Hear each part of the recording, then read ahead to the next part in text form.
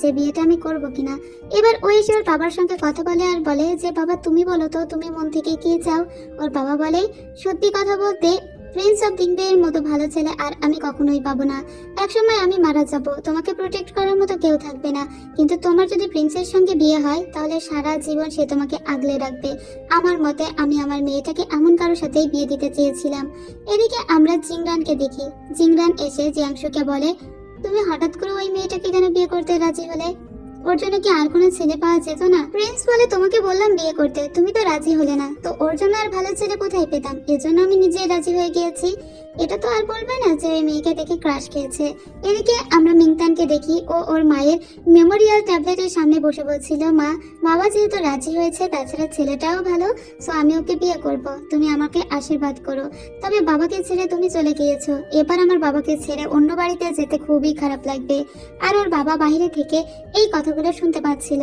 এদিকে মিংচুকে দেখানো হয় মিংচুর তো গা জ্বলে যাচ্ছে, বোনের একটা প্রিন্সের সঙ্গে বিয়ে ঠিক হয়েছে বলে। বোন নিজের টাকা দিয়ে ছাগলের দুধ কিনে সেটা দিয়ে গোসল করবে, আর ওকে কিনা পানিতে গোসল করতে হবে। এখন তোমার জন্য আমি একটা বিয়ে ঠিক করেছি, আজকে সেই ছেলের সাথে তুমি দেখা করতে যাবে আর ফিরে আসার সময় তোমার বোনের সঙ্গেই ফিরে আসবে।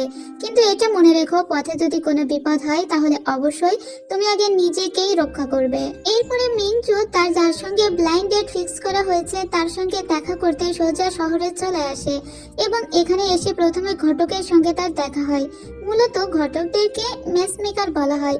এই মেসমেকার বলে আমি আপনার জন্য অনেক সুন্দর একটা ছেলে দেখেছি। উল্টো দিকে আমরা আবার মিংতানকে দেখতে পাই, ও ওই যে প্রিন্সকে দেখে তারপরে টেম্পলে ফিরছিল। এদিকে আমরা কমান্ডার লুকে দেখতে পাই, যে মূলত প্রিন্সেরই 4 বন্ধুর একজন বন্ধু। তো ও জিংরানকে বলছিল আজকে আমার জন্য ব্লাইন্ড ডেট ফিক্স করা হয়েছে, আমি কি ওই মেয়ের মন রক্ষা করতে পারবো? জিংরান বলে এত ভয় কেন পাচ্ছ, দেখবে ওই মেয়ে তোমাকে পছন্দ করে নিবে। অর্থাৎ মিংচুর সঙ্গে যার ব্লাইন্ড ডেট ফিক্স করা হয়েছে সেটা হলো কমান্ডার লু। এরপরে আমরা মিংচুকে দেখি, মিংচু এর সঙ্গে খুব সুন্দর করে কমান্ডার লু কথা বলে। যদিও কমান্ডার লু খুবই আনাড়ি টাইপের একটা ছেলে, ও সবসময় যুদ্ধ বিগ্রহ এসব নিয়েই ব্যস্ত থাকে, আর একটি মেয়ের সামনে কতটা কুপকাত হয়ে যাচ্ছে দেখেন। এদিকে মিংচু ওর সঙ্গে খুবই রুড ব্যবহার করে আর বলে আমি শুনেছি তুমি শুধুমাত্র কমান্ডারগিরিই করো, তোমার নাকি কোনো বাড়ি নেই, তো তুমি বাড়ি বানাবে না? যদি তোমার কোনো বাড়ি না থাকে তাহলে তুমি বিয়ে করতে কেন চাও? তুমি তো দেখতেও অত সুন্দর না। আবার আমি এটাও শুনেছি তুমি নাকি কখনো প্রেম করনি, আবার তুমি মেয়েদের পিছনে টাকাও খরচ করনি। সো তুমি জানোই না একটা সংসার কিভাবে চলে আর একটা মেয়ের ঠিক কি কি প্রয়োজন। কিন্তু তখন কমান্ডার লু বলে আমি হয়তো জানি না, কিন্তু এসবগুলো আমি ঠিক করে নিতে পারবো। এমন তো নয় যে আমার কাছে কোনো টাকা নেই। কিন্তু তখন মিংচু বলে তোমার কাছে যে টাকা আছে তার প্রমাণটাই বাকি, আমি তো মনে করি তুমি অনেক বড় একটা গরিব। এবার বলতে শুরু করে কমান্ডার লু, বলে যে আমি হয়তো বাড়ি বানাইনি এটা ঠিক, কিন্তু রাজা নিজে আমাকে 4-5টা বাড়ি উপহার দিতে চেয়েছেন বারবার। আমি তাকে বলেছি আমার যখন প্রয়োজন হবে তখন আমি বাড়ি বানিয়ে নেব, আর তাছাড়া আমার যত সঞ্চিত অর্থ আছে তা দিয়ে আমি আমার পরিবারকে অনেক সুখী রাখতে পারবো। এই কথা শুনে মিংচু বসে বলে যে তুমি আগে বলবে না এই কথাগুলো? এবার ও হাসতে লাগে। ও বলে যে আমি খোঁজখবর নিয়ে জানতে পেরেছিলাম যে তোমার কোনো কটেজ নেই, সেজন্য তোমাকে উল্টো পাল্টা কথা শুনিয়ে দিয়েছি। কমান্ডার লু বলে তার মানে তুমি স্বার্থপর একটা মেয়ে, তোমার সঙ্গে আমি বিয়ে করব না বলে ও চলে আসে। আর মিংচু হা করে দাঁড়িয়ে থাকে। মিংচু চিল্লাতে চিল্লাতে বাইরে এসে ঘটককে গালিগালাজ করলে ঘটক বলে আমি তোমার জন্য অনেক সুন্দর একটা ছেলে রেখেছিলাম, নিজের চেহারার দিকে আগে তাকাও, তোমাকে ওরকম ছেলে আসলে বিয়ে করবেই বা কেন? ঠিকই হয়েছে কমান্ডার লু চলে গিয়েছে, তোমার মতো স্বার্থপর লোভী মেয়েকে কেউই বিয়ে করতে চাইবে না, আর তুমি দেখতেও কত কুৎসিত। এটা বলে চলে যায়, আর মিংচু রাগে গড়গড় করতে থাকে। এরপরে আমরা জিংরানকে দেখতে পাই, ও তো বাহিরে ওয়েট করছিল ওর বন্ধু কমান্ডার লু কখন আসবে সেজন্য। কিন্তু জিংরানের জন্য এলাকার মেয়েরা পাগল ছিল, মেয়েরা ওকে ঘেরাও করে ধরে আর ওকে অনেক গিফট দিতে থাকে। আর তখনই কমান্ডার লু এখানে চলে এলে জিংরান জোরে জোরে ওর বন্ধুকে ডেকে বলে আলু আমাকে বাঁচাও। এবার আলু বলে তোমরা কারা আর কেন আমার বন্ধুকে এভাবে চেপে ধরেছো, এখান থেকে এক্ষুনি চলে যাও। মেয়েগুলো তখন ভয় পেয়ে দ্রুত যার যার দিকে চলে যেতে থাকে। এর ভিতরের একটি মেয়ে আবার জিংরানকে একটা হেয়ারপিন গিফট করেছে। জিংরানের মাথা থেকে ওই হেয়ারপিনটা খুলে নিয়ে ওর বন্ধু আলু বলে এটা আবার কি, এটা কেন তোমাকে গিফট করেছে?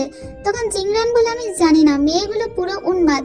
তারপরে ও সমস্ত গিফটগুলো ওর বন্ধু লুইয়ের কাছে দিয়ে চলে যায়। তখন একটা মেয়ে ফেরত আসে আর বলে ওই হেয়ারপিনটা আমার, যেহেতু জিংরান এটা অ্যাকসেপ্ট করেনি, তাই আমি এটা ফেরত নিয়ে যাচ্ছি বলে আলুর হাতের থেকে নিয়ে চলে যায়। এদিকে আমরা আবার প্রিন্সকে আর প্রিন্সের বন্ধু জাংকে দেখি। ওরা একটা সিঁড়ি দিয়ে যখন নামছিল ঠিক তখনই ওদের দেখা হয়ে যায় মিংচু এর সঙ্গে। ওরা খেয়াল না করলেও মিংচু খেয়াল করে যে এটা তো সেই ছেলে যার সঙ্গে আমার দেখা হয়েছিল ওই গ্রাম্য একটা কটেজে, যেখানে একটা মেয়ের ডেলিভারি হচ্ছিল। দেখার সাথে সাথে ও ওদের পিছু করতে লাগে। এদিকে আমরা মিনমিনকে দেখতে পাই যে একটা মন্দিরে এসেছিল এবং এখানকার একজন বুদ্ধিস্টকে সে বলে তার জন্য একটা তাবিজ দিয়ে দিতে, আর এই তাবিজটা সে জেনকে দিতে চায়। জেনের সঙ্গে তার বনাবনি হয় না, তাই জেন যাতে ওর থেকে দূরে থাকে সেই জন্য সে তাবিজ নিতে এসেছে। যাই হোক, এখানকার বুদ্ধিস্ট ওকে একটা তাবিজ দিয়ে দেয় এবং ওই তাবিজটা নিয়ে ও যখন বাইরে আসছিল ঠিক তখনই একটি মেয়ের সঙ্গে ওর ধাক্কা লেগে যায়। মেয়েটির হাতে তাবিজ পড়ে যায় আর ওর হাতের তাবিজটিও পড়ে যায়, আর ওরা দুজনের তা তুলে নেয়, মানে ওদের এলোমেলো হয়ে যায় আর কি। এদিকে আমরা আবার দেখতে পাই মিংতানকে। মিংতান মন্দিরের একটা কর্নারে বসে জিতার বাজাচ্ছিল এবং সুন্দর করে একটা গান গাইছিল। ওর গান গাওয়াটা দূর থেকে শুনতে পাই প্রিন্স অফ দিংবে। গান গাওয়া শুনেই ওরা দুজন ওখানে দাঁড়িয়ে পড়ে, কিন্তু মিংতান যে গানটি গাইছিল তার লাস্টের কলি ও একটু ভুল গাচ্ছিল, আর এটা জাং শুনেই বুঝতে পারে। জাং বলে সে মনে হয় অন্যমনস্ক হয়ে গান গাইছে, সেজন্য এরকম ভুল গাইছে, নাই তো তার তো ভুল গাওয়ার কথা নয়। ঠিক তখনই মিনমিন এদিকে আসে। মিনমিন দেখতে পাই জেং তার সামনেই দাঁড়িয়ে আছে। সে জেংয়ের কাছে ওই পাউচটা দিবে বলে এসেছে, মানে তাবিজটা। ঠিক তখনই এদের কথা বলতে দেখে নেয় মিংতান, আর মিংতান এদিকেই আসে। সো এদের পুনরায় আরো একবার সবার সাথেই দেখা হয়ে গেল। এবার ও যখন প্রিন্সকে প্রিন্স অফ দিংবেই বলে কুর্নিশ করে ঠিক তখন মিনমিন অবাক হয়ে বলে, কি আমার সামনে যে ছেলে দাঁড়িয়ে আছে সে প্রিন্স অফ দিংবে? মিংতান বলে, হ্যাঁ, আমি তোমাকে সেদিন বলেছিলাম না আজকে আমি অনেক কিছু দেখে সারপ্রাইজড হয়েছি, তার ভিতরে এই একটা। এবার ও কুর্নিশ করে। তখন প্রিন্স অফ দিংবেই বলে, থাক, তোমাদের এত ফর্মালিটির দরকার নেই, আমরা সবাই বন্ধু। ঠিক এরপরেই ওখানে মিংচু চলে আসে। মিংচু ওর বোনকে দেখে বলে, বাহ, তোমরা সবাই এখানে, তোমার না বিয়ে ঠিক হয়েছে তারপরেও তুমি এদিকে ওদিকে ঘুরে বেড়াচ্ছ। আর মিংচু এসে পুনরায় আবারও ইমপ্রেস করার চেষ্টা করে প্রিন্স অফ দিংবেকে, কিন্তু মিংচু তো আর জানে না এটা একটা প্রিন্স। ও ওকে বলে, আমাদের আবারও দেখা হয়ে গেল। প্রিন্স তখন বলে, তুমি কে? আমি তো তোমাকে চিনতে পারছি না। মিংচু বলে, কেন তোমার মনে নেই আমাদের যে ওই কটেজে দেখা হয়েছিল, আমি একটা জিংসেন নিয়ে নিয়েছিলাম? প্রিন্স তখন বলে, না, আমি কিছু মনে করতে পারছি না। মিংচুর তখন একটু মানে সবার সামনে হেট হয়ে যায়, মাথাটা একটু অপমানিত বোধ করে। মিংতান তখন মিংচুকে বলে, তুমি এখানে, তোমার না আজকে একটা ব্লাইন্ড ডেট হওয়ার কথা ছিল? ওর বোন তখন বলে, হ্যাঁ, আমি ছেলেটিকে ক্যান্সেল করে দিয়ে এসেছি। তখনই এখানে কমান্ডার লু আসে আর বলে, সে ছেলেটিকে ক্যান্সেল করে দিয়ে আসেনি, ছেলেটিই তাকে ক্যান্সেল করেছে। তখন মিনমিন বলে, এটা বলো না আবার যে তোমাদের দুজনের ব্লাইন্ড ডেট ফিক্স করা হয়েছিল। সবার সামনে আবারও অপমানিত হয়ে যায় মিংচু। কমান্ডার লু বলে, একটা মেয়ের সঙ্গে আজকে আমার ব্লাইন্ড ডেট ফিক্স করা হয়েছিল বটে, তবে মেয়েটি অতিরিক্ত স্বার্থপর আর লোভী, সেজন্য আমি তাকে বাদ দিয়ে এসেছি। ব্যাস, এখানে শুরু হয়ে যায় কথার লড়াই। সবাই সবার সঙ্গে ঝামেলা করতে শুরু করে। মিংচুই মূলত সবার সাথে ঝামেলা করছিল। ঝামেলার এক পর্যায়ে মিংচু ও ছোট বোন মিংতানকে বলে, তোমার তো বিয়ে ঠিক হয়েছে প্রিন্স অফ দিংবে এর সঙ্গে, আর তুমি কিনা এখানে অন্য ছেলেদের সঙ্গে ফ্ল্যাট করে বেড়াচ্ছ। এই কথা মিংমিন সহ্য করতে পারে না। মিনমিন বলে, তুমি না জেনে কোনো কথা বলবে না। এটা বলে দুজনের ভিতরে ঝামেলা শুরু হয়ে যায়। মিংতানের যেন লজ্জায় মাথা হিট হয়ে যাচ্ছিল, তাই মিংতান অজ্ঞান হয়ে যাওয়ার নাটক করে। এটা দেখে মিংচু বলে, ছোটবেলা থেকেই তুমি এই অজ্ঞান হয়ে পড়ার নাটক করো। আমি জানি তুমি অজ্ঞান হয়ে যাওনি, তাই শুধু শুধু নাটক করো না। মিনমিন তখন বলে, তুমি জানো ও অজ্ঞান হয়ে গিয়েছে কিনা? এর ভিতরে প্রিন্স আবার মিংচু এর মিউট পয়েন্টে আঘাত করে ওকে মিউট করে দেয়, মানে ও কোনো কথা আর বলতেই পারছিল না। আর এটা একটুখানি চোখ খুলে আবার মিংতান দেখে আবারও অজ্ঞান হওয়ার নাটক করে। এরপরে মিংতানকে রুমের ভিতরে নিয়ে আসা হয়। মিংতানের তো লজ্জায় মাথা কাটা যাচ্ছিল যে তার বোন কতটা বেয়াদবি করলো ওদের সাথে। ওর খুব খারাপ লাগে যে ওর বোনের কারণে আজকে তার হবু বরের সামনে মাথাটা হেট হয়ে গেল। যাই হোক, এরপরে মিনমিন আবারও যখন হাঁটছিল মন্দিরের পাশ দিয়ে, তখন জেংয়ের সঙ্গে দেখা হলে জেং ওকে বলে যে এই পাউচটা তুমি ফেলে দিয়েছিলে, তো এটা তোমার, আমি এটা তুলে নিয়েছিলাম, এখন তোমাকে ফেরত দিতে এসেছি। মিনমিন মনে মনে বলে, যার জন্য আমি তাবিজটা করেছি সে দেখি নিজেই এটা তুলে নিয়েছে। মিনমিন তখন হাসতে হাসতে বলে, এটা আমি তোমার জন্যই নিয়েছি, এটা এখন থেকে তোমার কাছে রেখে দাও। এদিকে জাং তো আর জানে না এটা কিসের তাবিজ। পিস। জাং মনে করে ভালোবাসার কোনো প্রতীক, তাই ওটা নিজের কাছে রেখে দেয়। এরপরের দৃশ্যে দেখি এরা বাড়ির উদ্দেশ্যে ফিরতে শুরু করে, কারণ মন্দিরের 49 দিন পার হয়ে গিয়েছে। কিন্তু বাড়ির পথে যেতে যেতে ওদের উপরে কিছু ডাকাত হামলা করে আর ওরা সবাই ভীষণই ভয় পেয়ে যায়। এইখানে মিংতানের যতগুলো গার্ড ছিল সেই গার্ডেরা ডাকাতগুলোর সঙ্গে ফাইট করতে শুরু করে, কিন্তু এই ডাকাত দল এসে বলে যে তারা শুধুমাত্র মিংতানকেই চায়। এটা মিংচু যখন শুনতে পায় তখন ওর মায়ের কথা মনে পড়ে। ওর মা বলেছিল রাস্তায় যাই হোক না কেন তুমি নিজেকে বাঁচিয়ে নিয়ে আসবে। ও বুঝতে পারে ওর মাই এই ডাকাতগুলোকে ঠিক করেছে যাতে ডাকাতগুলো মিংতানকে উঠিয়ে নিয়ে যায়, কারণ কিছুদিন বাদেই তো মিংতানের বিয়ে, তাই এই বিয়েটা ভেঙে গেলে প্রিন্সের সঙ্গে তারই বিয়ে ঠিক হবে, এটাই ও চাইছিল। মিংচু কিন্তু চাইলে এই ডাকাতগুলোকে পরাস্ত করতে পারতো, কিন্তু সে ইচ্ছে করেই পরাস্ত করছিল না, বরং সে ডাকাত দলকে আরো চোখ দিয়ে ইশারা দিচ্ছিল যাতে তার বোনকে কিডন্যাপ করে ওরা এখান থেকে নিয়ে যায়। আর ডাকাত দলও বুঝতে পারে যে মেয়েটি তাদের ইশারা দিচ্ছে সে তাদেরই লোক। আর এটা কিন্তু মিংতান খুব ভালোভাবেই খেয়াল করেছে যে তার বোন তাকে বাঁচানোর পরিবর্তে উল্টো ডাকাতগুলোকে আরো তাকে ধরে নিয়ে যেতে বলছে। ইভেন তার গার্ডদেরও পড়ে থাকার জন্য চেপে ধরেছে এমন ভাবে যাতে গার্ডগুলো উঠতে না পারে। সে দেখাচ্ছে যেন সে নিজেই পড়ে গিয়েছে। এদিকে একজন ডাকাত ওকে ধরে তুলে নিয়ে যাচ্ছিল, ঠিক তখনই এখানে প্রিন্স অফ ডিংবেই চলে আসে আর তার হবু স্ত্রীকে এভাবেই প্রোটেক্ট করে নেয়। যখনই ডিংবেই প্রিন্স এখানে আসে তখন হঠাৎ করেই ওকে স্বামী বলে ডেকে ওঠে মিংতান, আর এতেই তো ডিংবেই প্রিন্সের শক্তি দ্বিগুণ হয়ে যায়। ওকে কোলে থাকা অবস্থায় ওদের সঙ্গে ফাইট করে হারিয়ে দেয়। মিংচু অবাক হয়ে বলে ছেলেটা এখানেও চলে এসেছে, এই ছেলেটা মিংতানকে কি পছন্দ করে নাকি? তো এখানে একটা বড়সড় ফাইট হয়ে যায়। ওদেরকে হারানোর পরে প্রিন্স অফ ডিংবেই তার হবু বউকে নামিয়ে দেয় আর বলে এই বেলটা নিজের সাথে রাখো, আর পথে আশা করি কোনো বিপদ হবে না। আর সব গার্ডদের ভালো করে বলে দেয় আর ওদেরকে এখান থেকে চলে যেতে বলে। মিংচু তখন মিংতানের হাতে একটা আংটি লক্ষ্য করে, সাথে সাথেই ওর মনে পড়ে সেই দিন কটেজের কথা। সেই দিন কটেজের সামনে ও যখন ওই জিংসেংটা নিয়ে এসেছিল তখন রুমের ভিতর থেকে একটি মেয়ে শুধু দরজা খুলেই ওর হাত থেকে ওই জিংসেংটা নিয়ে নিয়েছিল। ও মেয়েটির মুখ দেখতে পারেনি, হাত দেখেছিল আর হাতে এই আংটিটাই পরা ছিল। মিংচু বুঝতে পারে সেদিন ওই কটেজে আসলে মিংতানই ছিল, তার মানে মিংতান সেদিন এই ছেলেটির সঙ্গে ওই কটেজে গিয়েছিল। ও তো আর জানে না এটা প্রিন্স অফ ডিংবেই। মিংচু ভাবে এটাই বাড়িতে বাবার সঙ্গে গিয়ে বলবে যে তার বোন পরকীয়া করছে। এদিকে আমরা দেখতে পাই জাংকে। জাং এসেছিল একটা ব্রথেলে, এখানে মূলত নাচ গান করা হয়, ছেলেরা আসে মেয়েরা আসে। তাই এখানে সুইনকে ও দেখাচ্ছিল ওই পাউচটা দেখে সুইন বলে তোমাকে কি কোনো বিয়ে দিয়েছে এটা? জাং বলে হ্যাঁ। সুইন বলে তার মানে সে তোমার প্রেমে পড়েছে, তাই এই পাউচটা তোমাকে দিয়েছে, কারণ এটা একটা পিস ব্লসম পাউচ। কেউ কাউকে পছন্দ করলে তাকে এই ধরনের সুগন্ধি পাউচ দিয়ে থাকে। মেয়েটি নিশ্চয়ই তোমার প্রেমে বুঁদ হয়ে আছে।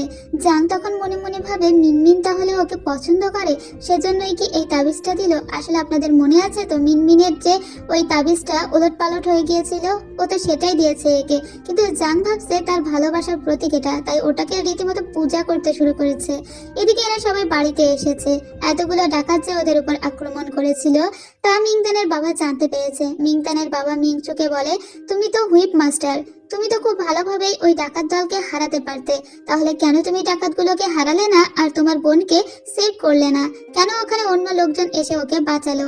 তখন মিংচু বলে আমারই বা কেন দায়, আমি কেন ওকে বাঁচাতে যাব? ও নিজেকে প্রোটেক্ট করতে পারে না, কিছু হলেই তুমি আমাকে কেন বকা দিবে? ওর বাবা বলে তুমি তোমার ছোট বোনকে বাঁচাতে পারোনি, সেজন্য তোমাকে দিন দিন নীল ডাউন হয়ে বসে থাকতে হবে। কিন্তু ও বলে আমি আমার বোনকে বাঁচানোর চেষ্টা করেছি। তখন মিংতান বলে তুমি আমাকে বাঁচানোর চেষ্টা করেছো নাকি তুমি ওই ডাকাত দলকে চোখের ইশারায় বোঝাতে চেয়েছিলে যে ডাকাত দল যেন আমাকে তুলে নিয়ে যায়? আমার গার্ডগুলো যখন আমাকে বাঁচাতে চাইছিল তখন তুমি গার্ডগুলোকেই নিচে মাটিতে চেপে ধরেছিলে যাতে তারা আমাকে বাঁচাতে না পারে।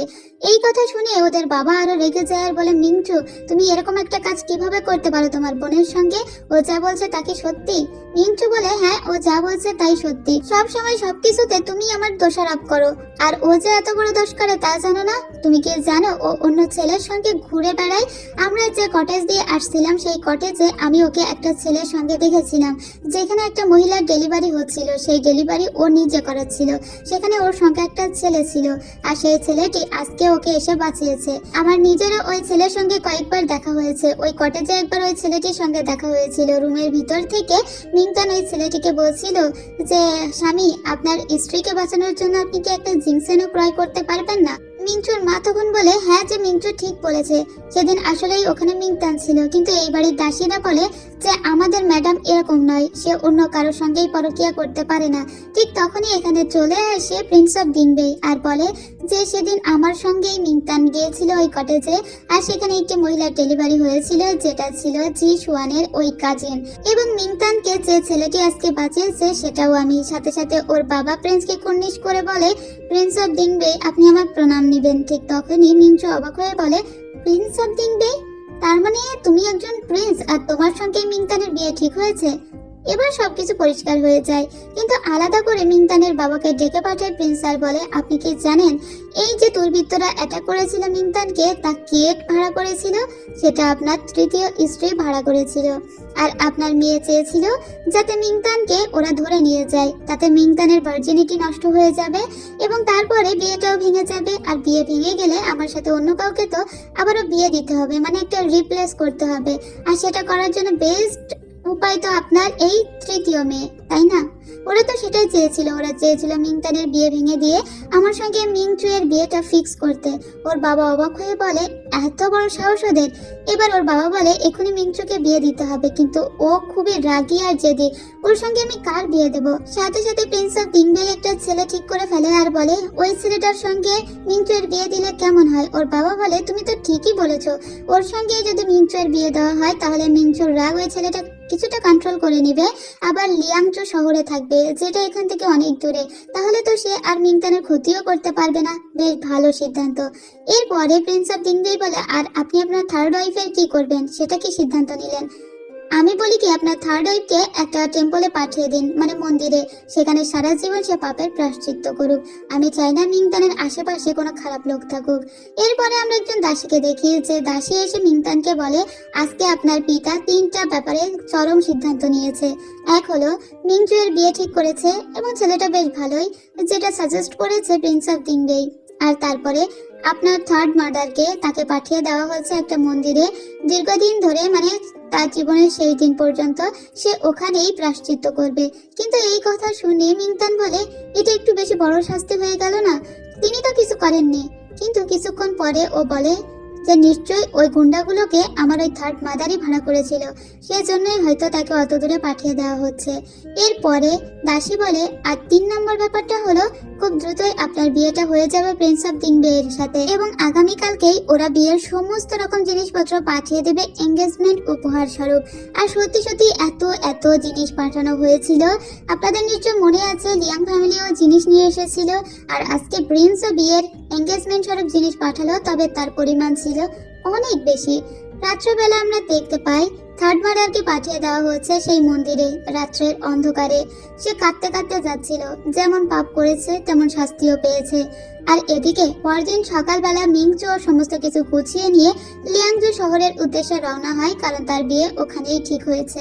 কিছুই করার নেই, তোমরা ভুল করেছো, সো শাস্তি তোমাদের পেতে হবে। এদিকে আমরা আবার কোর্ট দেখতে পাই। এখানে আমরা কারাগারে একটা ছেলেকে বন্দি অবস্থায় দেখতে পাই। এই ছেলেটিকে কারাদণ্ড দেওয়া হয়েছে এজন্য কারণ এ পরীক্ষার প্রশ্ন ফাঁস করেছে। এই পরীক্ষককে ঘুষ দিয়ে তৃতীয় স্থান অধিকার করেছে। প্রাচীন চায়নায় তখন এরকম একটা পরীক্ষা হতো যাতে মাত্র 3 জন উত্তীর্ণ হতে পারতো, আর এই লোক টাকা দিয়ে উত্তীর্ণ হয়েছে, আর সেজন্য একে গ্রেপ্তার করা হয়েছে। আর এটা নিয়েই মূলত কোর্টে এখন কথা হচ্ছিল। তার বাবা একজন মার্কিউস হয়ে সে কিভাবে এরকম অনৈতিক কাজ করতে পারে। রাজা তো ভীষণই রেগে যায় এবং রাজা বলে যে এর সঙ্গে আর কে বা কারা জড়িত সে সমস্ত বিষয়ের সমস্ত ভার আমি তুলে দিলাম প্রিন্স অফ ডিংবে এর হাতে। এর পিছনে আসলে জড়িত ছিল এই চ্যান্সেলর। এই চ্যান্সেলরকে তো আপনারা চেনেন, এই কিন্তু মিংতানের গুড ফাদার। একবার যে দেখানো হয়েছিল গুড ফাদার গুড মাদার, এটাই হলো সেই গুড ফাদার। আসলে মিংতানের বাবা যখন এখানে ছিল না তখন এই লোকে মিংতানকে অ্যাডপ্ট করেছিল, আর এই লোকের সহকারী হলো এই ছেলেটি। এই ছেলেটি এই লোকের হয়ে সমস্ত অপকর্মগুলো করে। তো এই লোক এখন বলছিল যেভাবেই হোক প্রিন্সের সঙ্গে মিংতানের বিয়েটা আটকাতে, তাই যেভাবেই পারো মিংতানকে কিডন্যাপ করে নিয়ে যাও। এদিকে মিংতানকে দেখতে পাই ওর বিয়েতে যত কিছু উপঢৌকন পাঠানো হয়েছিল ছিল ও সব বসে বসে দেখছিল। তো মিনমিন ওকে এসে বলে চলো আজকে আমরা একটা জায়গা থেকে ঘুরে আসব। মিনমিন ওকে একটা ব্রোথেলে নিয়ে আসে, কিন্তু সচরাচর এখানে ও কখনোই আসেনি। আর মাত্র কয়েকদিন পরেই ওর বিয়ে, এখন তো আসা উচিত না। তখন আমরা সুইনকে দেখতে পাই। সুইন এখানে মিংতানকে দেখে ওর রুমে ইনভাইট করে আর বলে তোমাকে বিশেষ জিনিস দেওয়ার আছে আমার। যেহেতু কিছুদিন পরে ওর আর প্রিন্সের বিয়ে, তাই ওকে একটা দারুণ বক্স উপহার দিয়ে সুইন বলে তুমি এখানে একটু বসো, আমি তোমার জন্য একটা জিথার নিয়ে আসছি। এরপরে এখান থেকে সুইন চলে যায় আর সুইনের আসার অপেক্ষায় বসে থাকে মিংতান। এই সুইনের সঙ্গে কিন্তু আবার প্রিন্সের খুব ভালো সম্পর্ক ছিল, প্রিন্সের বন্ধুদেরও। কারণ এই যে ব্রোথেলটা, এটা মূলত জাং ফ্যামিলির। তো জাং এখানে মিনমিনকে দেখতে পেয়ে এখানে আসে আর বলে তুমি এখানে সচরাচর তুমি তো কখনোই এখানে আসো না। আর ওর রাধুনীকে নির্দেশ দেয় সব থেকে স্টাইলিশ ফুডগুলো নিয়ে আসতে, কারণ ওকে তো একটা ভীষণ সুন্দর পিস ব্লসম পাউচ দিয়েছে মিনমিন। ও তো ভেবেই নিয়েছে মিনমিন ওকে ভালোবাসে, মুখে কথাটা বলতে পারছে না তাই পাউচ দিয়ে বোঝাচ্ছে। তাই জাং ওকে স্পেশালি ট্রিট করছিল, কিন্তু মিনমিন বুঝতে পারে না এই জাং বেচারার হলোটা কি। এই সবসময় তো ঝগড়াঝাটি করে, তাহলে আজকে কেন এত ভালো ব্যবহার করছে। ওর এই ভালো ব্যবহারটা মিনমিনের একদমই সুবিধার থাকে না। মিনমিন বলে তুমি এত ভালো ব্যবহার কেন করছো বলো তো। ও তখন মিনমিনকে বোঝানোর চেষ্টা করে ওই যে পাউচটা তুমি দিয়েছিলে সেজন্যই তো, আমি তো জানি তুমি আমাকে কি বোঝাতে চাও। কিন্তু মিনমিন রেগে এখান থেকে চলে যায়, কারণ ও তো ভালোবাসি বোঝাতে চায়নি, ও বরং বোঝাতে চেয়েছিল যাতে ওদের দুজনের ভিতরের সম্পর্কটা আরো বেশি খারাপ হয় আর এই ছেলেটা ওর চোখের সামনেই না আসে। কিন্তু জাং এগুলো বুঝতে পারে না, শুধু শুধু ওর সব জলাঞ্জলি হয়ে গেল। তবে জাং এবার সোজা প্রিন্সের কাছে এসে বলে বন্ধু তোমার হবু স্ত্রী তো মনে হয় ওই ব্রথেলে এসেছে। এটা শুনে খুব রেগে যায় প্রিন্স আর বলে কয়েকদিন বাদেই আমাদের বিয়ে, এখন উল্টো পাল্টা করলেই বরং আমাদের বিয়েতে বাধা করতে পারে। ওর সোজা তখন প্রিন্সেসকে উদ্ধার করতে আসে। এদিকে যে বক্সটা দিয়েছিল মিংতানকে সুইন, ও সেটা একটুখানি খুলে দেখে ওর ভিতরে ইরোটিক জিনিসপত্র রাখা, মানে একটা ম্যাগাজিন রাখা আর কি। ঠিক তখনই এখানে চলে আসে প্রিন্স। প্রিন্স বলে তুমি এখানে কি করছো। ও তখনই ওই কাগজটা হাত দিয়ে চেপে ধরে রাখে, কিন্তু প্রিন্স বলে আমাকে দেখতে দাও, আর কয়েকদিন বাদেই আমাদের বিয়ে, তুমি এরকম জায়গায় কেন এসেছো। এরপরে ওরা ওই যে বইটা নিয়ে টানাটানি করতে শুরু করে দেয়। মূলত ওটাতে বিভিন্ন ধরনের অঙ্গভঙ্গি ছিল, যে বিয়ের পরে ঠিক কিভাবে বউয়ের সঙ্গে টাইম স্পেন্ড করা উচিত। এবার এটা টানাটানি করতে গিয়ে তো মিংতান পড়েই যাচ্ছিল, কিন্তু প্রিন্স ওকে ধরে ফেলে। আর ওদের সামনে এখন বর্তমানে যে পেপারটা ছিল, সে পেপারে যে অঙ্গভঙ্গি ছিল, ওরা দুজনে সেই অবস্থাতেই ছিল। সাথে সাথে মিংতান উঠে দাঁড়িয়ে বলে এগুলো আমার নয়, সুইন এগুলো এখানে রেখে গিয়েছে, আমি তো শুধু একটু তাকিয়ে দেখছিলাম মাত্র। প্রিন্স তখন বলে আমি কি কিছু বলেছি নাকি। প্রিন্স হাসতে হাসতে বলে চলো, এখন আর এখানে থাকা যাবে না। ওকে বাড়ি পর্যন্ত পৌঁছে দিয়ে চলে যাবে যখন প্রিন্স, ঠিক তখনই মিংতান বলে তুমি তো বাড়ি পর্যন্ত চলেই এসেছো, তাহলে কেন নয় আমার বাড়িতে গিয়ে আমরা একটু বসি। প্রিন্স বসতে চাইছিল না, তারপরেও মিংতান জোর করে ওকে বাড়িতে নিয়ে আসে। মিংতান বলে আমি আসলে একটা কন্ট্রাক্ট পেপার করেছি, যেখানে আমি আমার সমস্ত নিডগুলো লিখে রেখেছি। আসলে আমাদের যেহেতু কয়েকদিন বাদে বিয়ে হবে, আমাদের তো কোনো লাভ ম্যারেজ নয়, অ্যারেঞ্জ ম্যারেজ, তাই অনেক কিছুই তোমার মনের মতো হবে না আর আমার মনের মতোও হবে না। আর তাই আমি এখানে বিশেষ কিছু রুলস লিখেছি, যেমন আমাদের ভিতরে কোনো ভালোবাসা না থাকলেও আমরা মানুষের সামনে দেখাবো যে আমরা একটা লাভিং কাপল। আর তাছাড়া আমি চাই না যে আমাদের দুজনের ভিতরে ডিস্টেন্সটা খুব কাছাকাছি থাকুক, আমি চাই আপনি আমার থেকে দূরত্ব মেনটেন করে চলবেন। ইভেন এরকম অনেক ধরনের শর্ত সে জুড়ে দিয়েছে তাকে বিয়ে করার স্বরূপ। এবার প্রিন্স এগুলো দেখে বলে এই শর্তগুলো আমাকে মানতে হবে, আমি তো বিয়ে করছি, আমি তো অন্য কিছু করছি না। কিন্তু তখন মিংতান বলে যে এগুলো মানতেই হবে। প্রিন্স তখন নিজের হাতে কামড় দেয়, কামড় দিয়েই সেই হাতে যে রক্ত আসে সেই রক্ত দিয়েই সাইন করে নেয়। মিংতান বলে এটাকে এত সিরিয়াস ধরার কি দরকার, হাতে কামড় দিয়ে তো এভাবে সাইন করতে আমি বলিনি। প্রিন্স তখন বলে না না, যেহেতু তুমি নিজে এই কন্ট্রাক্টটা তৈরি করেছো, এতগুলো শর্ত জুড়ে দিয়েছো, তো সেটা যদি আমি হাতের রক্ত না দিয়েই সাইন করি তাহলে কি হয়। এখন মিংতানকেও কিন্তু হাতের রক্ত দিয়েই সাইন করতে হবে, তবে ও খুবই ভয় পাচ্ছিল। প্রিন্স তখন উঠে দাঁড়িয়ে ওর হাতে লেগে থাকা রক্ত মিংতানের হাতে চেপে ধরে সেই রক্ত দিয়ে সাইন করিয়ে দেয়। এবার এদের এই সিগনেচারটা অনেকটা লাভ মতো দেখাচ্ছিল। মিংতান তো অনেক বেশি ইমপ্রেসড হয়ে যায় প্রিন্সের উপরে। যাই হোক, এবার ওদের বিয়ে তোড়জোড়টা ফাইনালি শুরু হতে যাচ্ছে। মানে সমস্ত বাড়িঘর সাজানো হচ্ছে। আর মিংতান ওর বিয়ের জন্য যে রূপটা তৈরি করা হয়েছে সেই রূপটা দেখতে এসেছিল। আগামীকালকেই ওর বিয়ে। ওর তো খুবই ভালো লাগছিল, কারণ ও প্রিন্সকে যেমন ভেবেছিল প্রিন্স তেমন নয়। প্রিন্স খুবই রোমান্টিক এবং অন্যরকম একজন মানুষ। ও ওর এই গহনাগুলো দেখছিল আর ওর দাসীদের বাইরে কি একটা কাজে পাঠিয়েছিল, এবং এখানে পাঠানো একটা হেয়ার পিন ও নিজের মাথায় পরে নিয়েছিল। কিন্তু ও রুমে এখন একা একা ছিল। তখনই ও খেয়াল করে পিছন থেকে কেউ একজন ওর পাল্টিয়ে চলে গিয়েছে। আর তারপরেই এই দৃশ্য। এখন প্রিন্স জানতে পারে যে মিংতান কিডন্যাপড হয়েছে, এবং এটা জানায় ওর বাড়ির দাসী।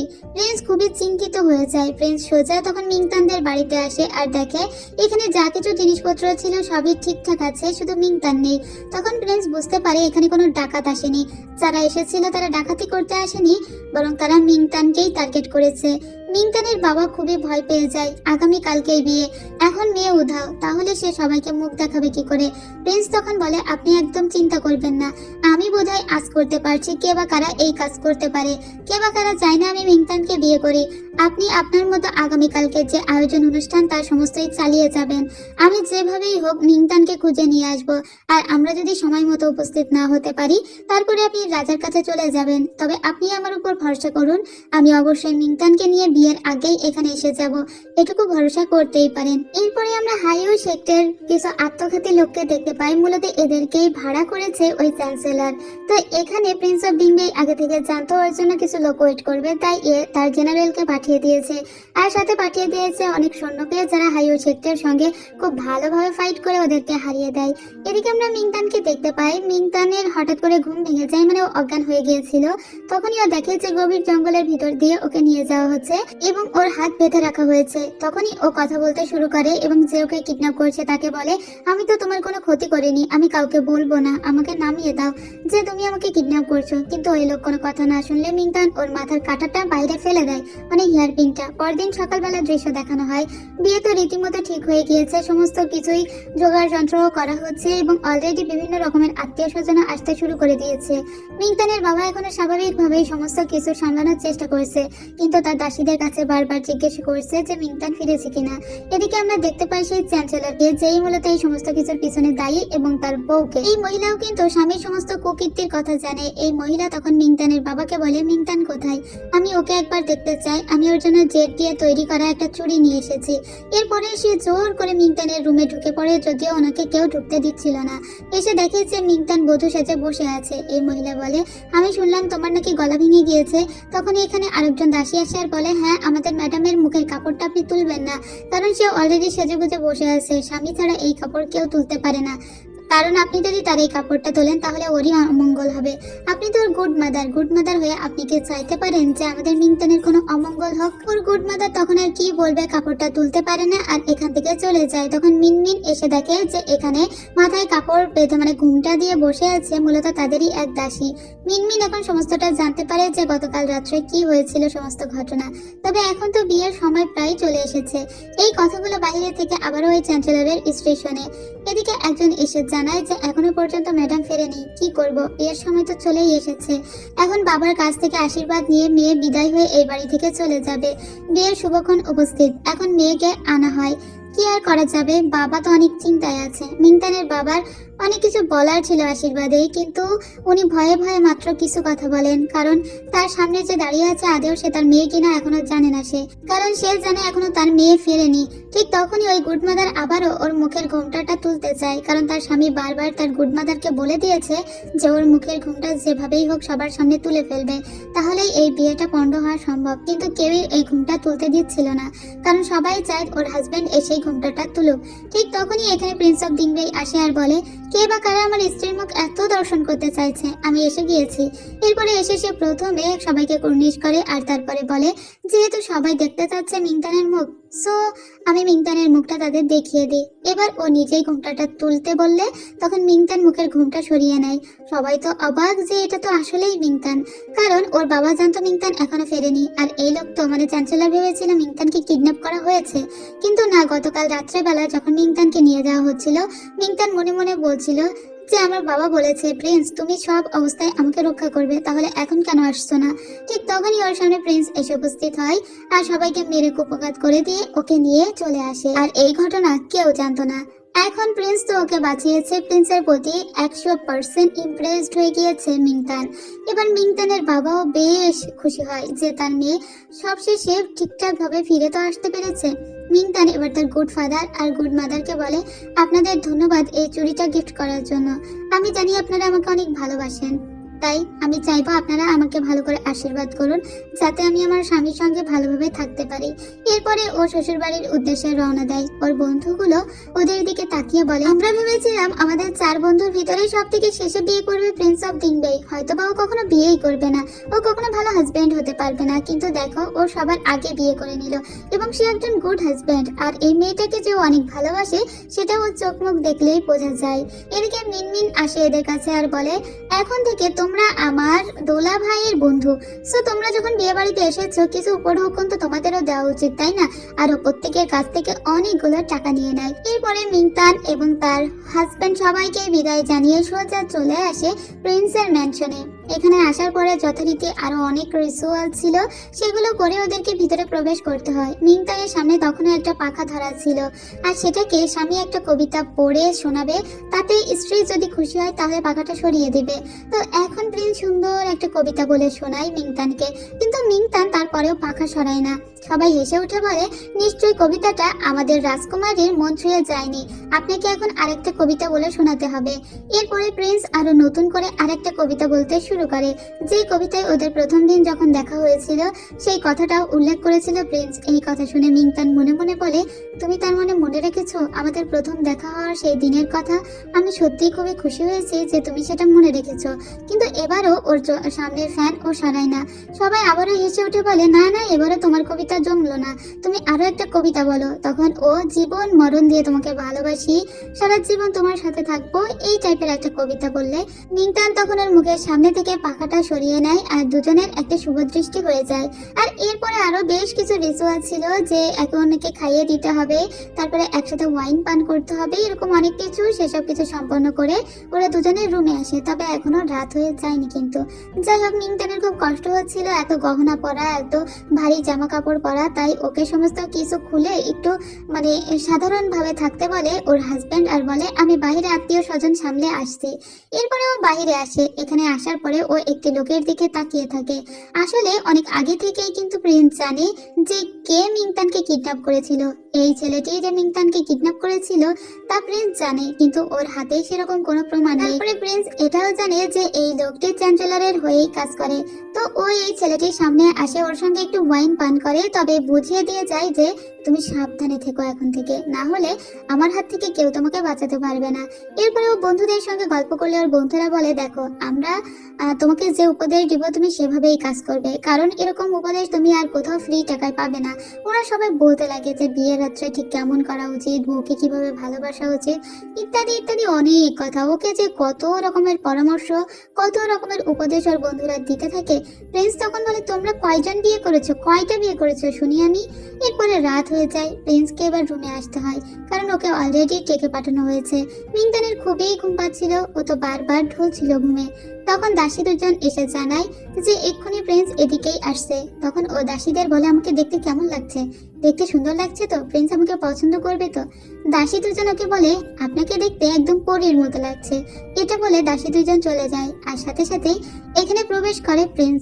প্রিন্সকে এদিকে আসতে দেখে তো আমাদের মিংতানের হাত পা সব কাঁপছিল, কারণ এটা ওদের বিয়ের প্রথম রাত। যদিও ওদের লাভ ম্যারেজ না, কিন্তু তারপরেও ম্যারেজটা খুব সুন্দর ছিল। প্রিন্স ওকে বলে, যেহেতু তুমি সারাদিন অনেক ক্লান্ত, তাই এখন তুমি ঘুমিয়ে পড়ো। এটা বলে প্রিন্স ওর খুব কাছাকাছি এলে ও ভাবছিল প্রিন্স হয়তো এখন ওর সঙ্গে রোমান্টিকতা শুরু করবে, কিন্তু প্রিন্স ওর সঙ্গে কোনো রোমান্টিকতা করে না। ও নিজে কিন্তু চোখ বন্ধ করে ফেলেছিল। তবে প্রিন্স ওখান থেকে কাঁথা বালিশ তুলে নিয়ে দেখে যে ওখানে একটা কাগজ ফেলানো আর কিছু খেজুর রাখা। এই কাগজে বিভিন্ন রকমের ও যে কাপড়রা দাঁড়িয়ে আছে, শুয়ে আছে, বসে আছে, মানে আগের দিন যে ধরা পড়লো মিংতান, আজকেও সেম হলো। ও মিংতানের দিকে তাকালে মিংতান বলে, এগুলো আমার না, এগুলো কে এখানে রেখেছে সেটাও আমি জানি না, আসলে এগুলো অন্য কেউ বা ওর দাসীরা হয়তো রেখে থাকতে পারে। তখন ও একটু হেসে বলে, ঠিক আছে আমি বুঝেছি তো এগুলো তোমার না।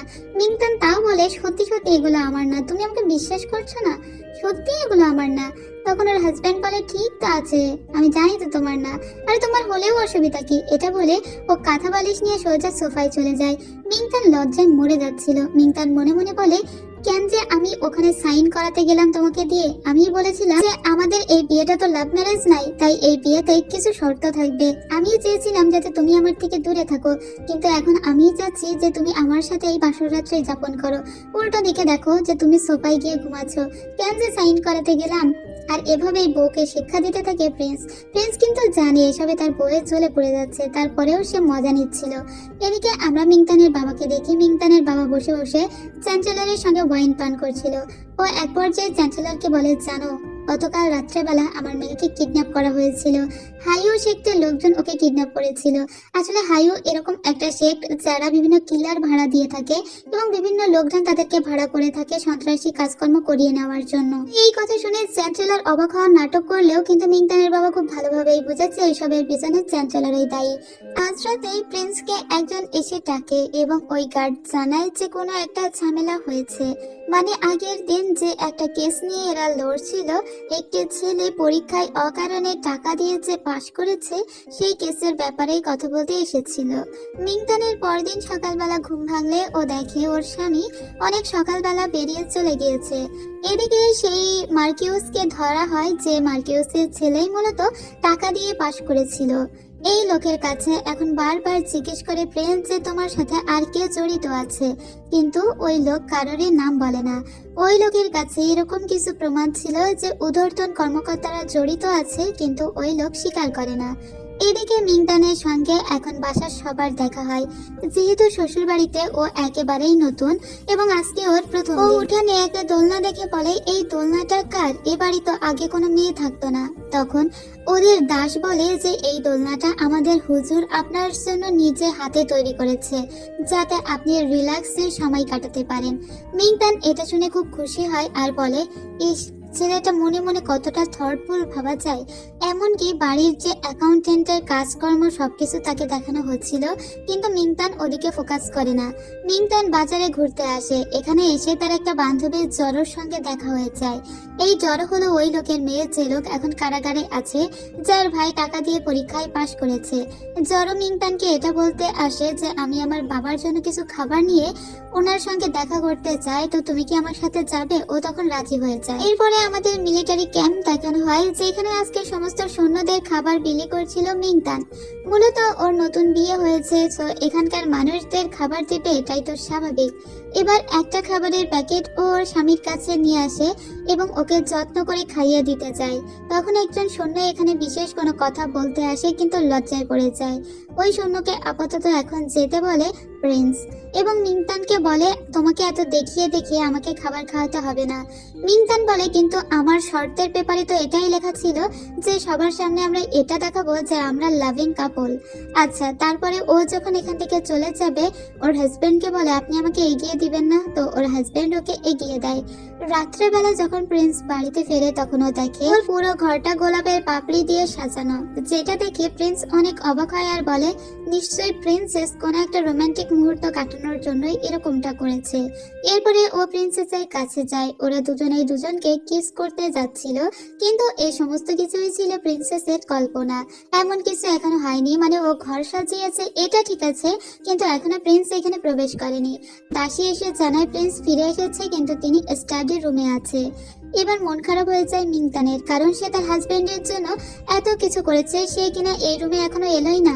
তাই ও প্রিন্সকে ডাকতে সোজা স্টাডি রুমে চলে আসে আর দেখে প্রিন্সের জামা কাপড় খুলে দিচ্ছে তার দাস। মিংতান তখন প্রিন্সকে বলে, গরম গরম এই স্যুপটা খেয়ে নিন আর তারপরে আমার সাথে মেইন রুমে গিয়ে ঘুমাবেন। কিন্তু প্রিন্স বলছিল যে তার অনেক কেস কর্ম দেখার আছে, সে যাবে না। তবে মিংতান ওকে জোর করে রুমে নিয়ে আসে। প্রিন্স এখানকার আবহাওয়া দেখে খুবই ভালো বোধ করে, কিন্তু সে বসে বসে কেস স্টাডি করতে থাকে। এতে প্রিন্সেসের খুব রাগ হয়ে যায় আর বলে, আমার স্বামীটা কত আনরোমান্টিক ভাবা যায়।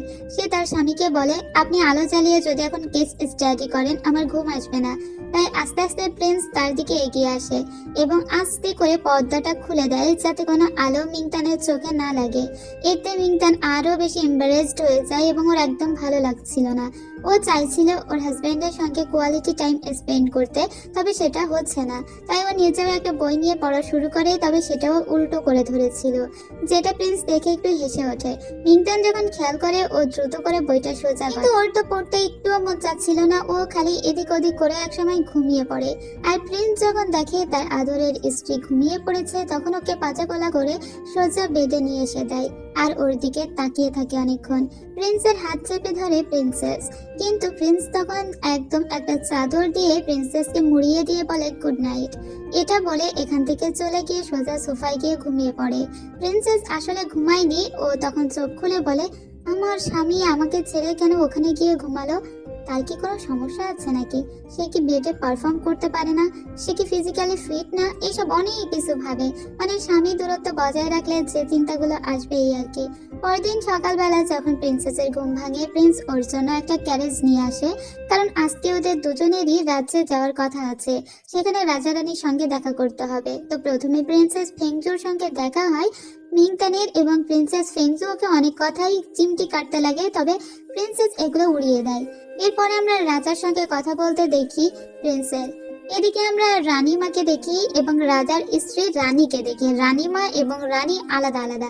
এটা হলো রানীমা। রানীমা লোকটি খুবই ভালো। যাই হোক, ওদের সঙ্গে দেখা করে যখন মিংতান চলে যাচ্ছিল, তখন প্রিন্সেস ফেংজু ওকে বলে, আমি তো জানি আসলে প্রিন্স অফ ডিংবেই কতটা খারাপ এবং ক্রুয়েল একটা মানুষ। সে তোমাকে কোনো কেয়ার করে না নিশ্চয়ই। তুমি কোথায় যাচ্ছ, কি খাচ্ছ, সেসবও নিশ্চয়ই দেখে না।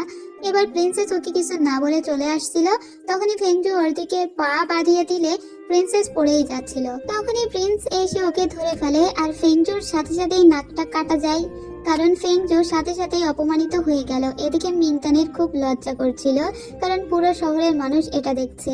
এর পরের দিন আমরা দেখতে পাই জরোর সঙ্গে ওর বাবার সঙ্গে দেখা করতে মিংতান এসেছিল, তবে ও বাইরে দাঁড়িয়েছিল।